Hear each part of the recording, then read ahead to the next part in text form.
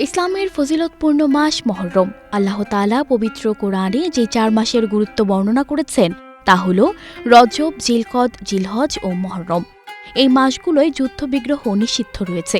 তবে এই 4 মাসের মধ্যে আরবি বর্ষপঞ্জির প্রথম মাস মহররমের রয়েছে বিশেষ মর্যাদা ও গুরুত্ব। হাদিসেও এ নিয়ে রয়েছে অনেক আলোচনা। ফজিলত বিবেচনায় এই মাসের রোজা অনেক গুরুত্বপূর্ণ।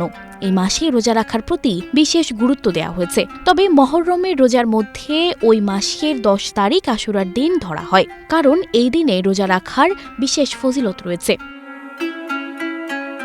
আশুরার দিনটি রয়েছে ঐতিহাসিক তাৎপর্য। এছাড়াও ধর্মীয় নানা অলৌকিক ঘটনাবলীর সাক্ষ্য বহন করে এই দিন।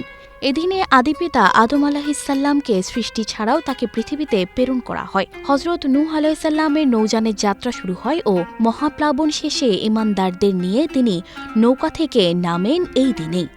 আবার আশুরার দিনে কারবালার বিয়োগান্তরের মর্মান্তিক ঘটনার অবতারণা হয়। হজরত আয়েশা রাদিয়াল্লাহু তাআলা আনহা থেকে বর্ণিত, রমজানের সাওম ফরজ হওয়ার আগে মুসলিমগণ আশুরার রোজা পালন করতেন। সেই দিনেই কাবাঘর গিলাফে আবৃত করা হয়।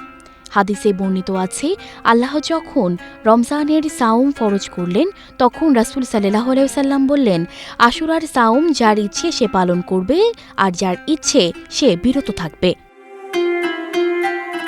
অপর হাদিসে এসেছে, হুমায়ুদ ইবনু আব্দুর রহমান রহমতুল্লাহ আলাইহিসাল্লাম থেকে বর্ণিত, যে বছর মুয়াবিয়া রহমতুল্লাহ আলাইহিসাল্লাম হজ করেন সে বছর আশুরার দিনে মসজিদে নববীর মিম্বরে তিনি হাদিস বর্ণনাকারীকে বলতে শুনেছেন, হে মদিনাবাসীগণ, তাদের আলিমগণ কোথায়?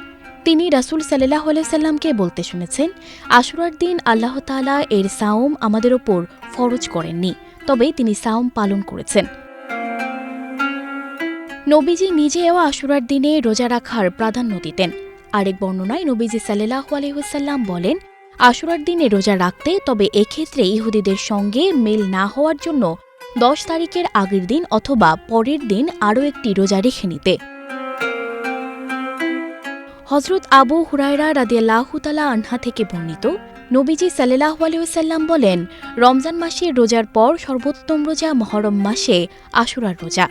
হজরত আবু কাতাদা রাদিয়াল্লাহু তাআলা আনহা থেকে বর্ণিত, নবীজি সাল্লাল্লাহু আলাইহি ওয়াসাল্লামকে আশুরার রোজার ফজিলত সম্পর্কে জিজ্ঞাসা করা হলে তিনি বলেন, এই রোজা বিগত বছরের গুনাহ মুছে দেয়। সানজিদা রহমান, প্রবাস খবর।